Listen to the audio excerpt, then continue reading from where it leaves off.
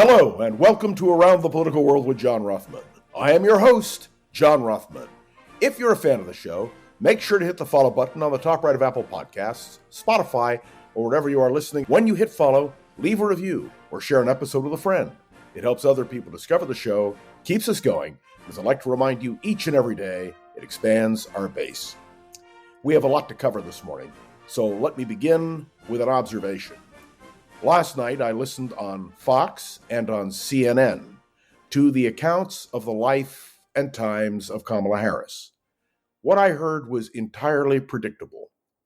On CNN, they gave a biography of Kamala Harris in her political life.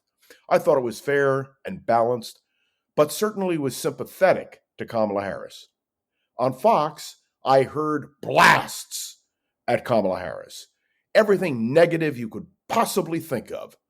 And I understood even more clearly that what we are going to face in this presidential campaign is a he said, she said, back and forth between Fox and CNN. MSNBC, naturally sympathetic to Harris. But let's be clear. If you watch Fox, CNN, MSNBC, the image that you will have of Kamala Harris will be presented in just that way.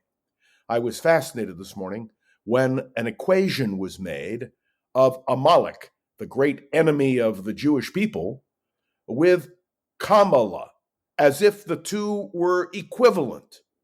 Of course, the misspellings are clear in Hebrew and in English, but that's not the point. The point is a demonization, and we are going to see a lot of demonization in this campaign. By the way, the question will be, how do we discriminate between demonization and fact? Because certainly the intention of the Democrats will be to present Donald Trump in as negative a light as possible. What we will have to do is to ferret out what is real and what is not. There is a second major issue today, and that is the decision that Joe Biden is making to go after changes in the United States Supreme Court. Last night, I reread the book 168 Days by Joseph Alsop and Turner Catledge. This book was an account of FDR's attempt to pack the Supreme Court. There are lessons to be learned from history.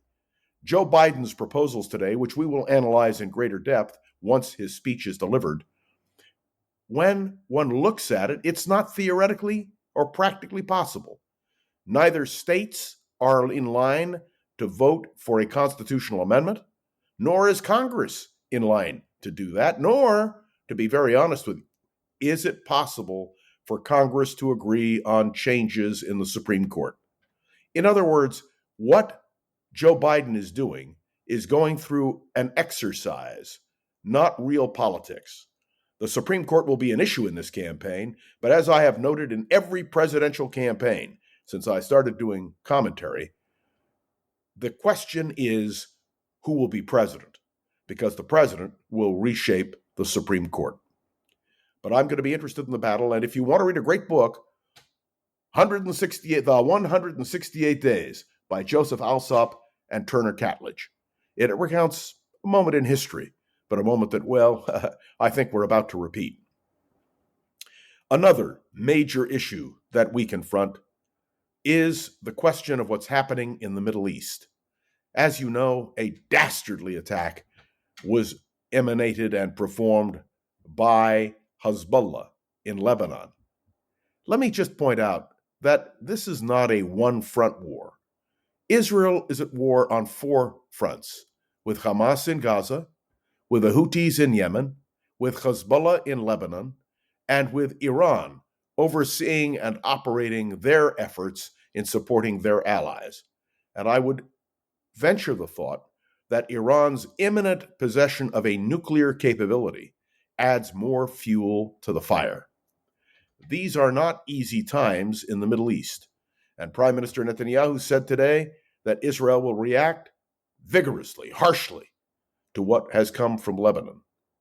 If we want to see some sort of progress in the Middle East, we cannot afford to have a widening of the war. And my friend, you need to understand that this is a 4 or even 5-front war. 5 fronts if you include the Iranian nuclear capability. There is no doubt that we are in for a very interesting time in terms of foreign policies. Let me also respond to the question about the Republican candidate for vice president, J.D. Vance. Well, not since Spiro Agnew have we seen somebody open his mouth and insert his foot more vigorously than J.D. Vance. I say this respectfully. Some have asked me, do you think Trump will fire J.D. Vance? The answer is no. J.D. Vance is part of the Republican ticket. And that, my friends, says it all. Do you want J.D. Vance to be a heartbeat away from the presidency of the United States? I don't know that anybody votes for a vice president. People generally vote for a president. But just be aware that the question of J.D. Vance, his statements, and his background is going to be of greater and greater consequence. And finally, we are told that the Democrats will choose, that is, Kamala Harris will select her running mate sometime in the next week. We wait with anxious anticipation to see who she will choose, and we will be talking about the various candidates in a subsequent podcast. Please understand, it is important who is vice president, and Kamala Harris, as the incumbent vice president, knows that better than anyone. So I'm sure she is thinking about what it will need, what it will require in order to make a strong ticket and ensure that the country is ably governed if she becomes president and something happens to her. In short, the vice presidency this time is a real issue in the presidential campaign. A lot to cover, a lot more to talk about, and we'll do it. Thanks for tuning in to another episode of Around the Political World with John Rothman. Make sure to follow along and let me know your thoughts on the show by leaving a review on Apple Podcasts, sharing an episode with a friend or colleague, so we can continue to grow. And of course, you can interact with me on LinkedIn and Facebook, and I appreciate all the comments. And to Gogo Zugger, the wonderful producer of Around the Political World with John Rothman, thanks, Gogo. All right, ladies and gentlemen, I will see you tomorrow, right here on Around the Political World with John Rothman. Around the Political World with John Rothman is proud to introduce our first sponsor. That's right, we have someone who loves what we do, and I have to tell you, I love what she does. Be Bold America is produced by KSQD, and of course, the person who leads us through these great discussions is none other than Jill Cody. She's an author, a radio personality, and she does one heck of a job of putting into focus major issues, from protecting democracy to our climate.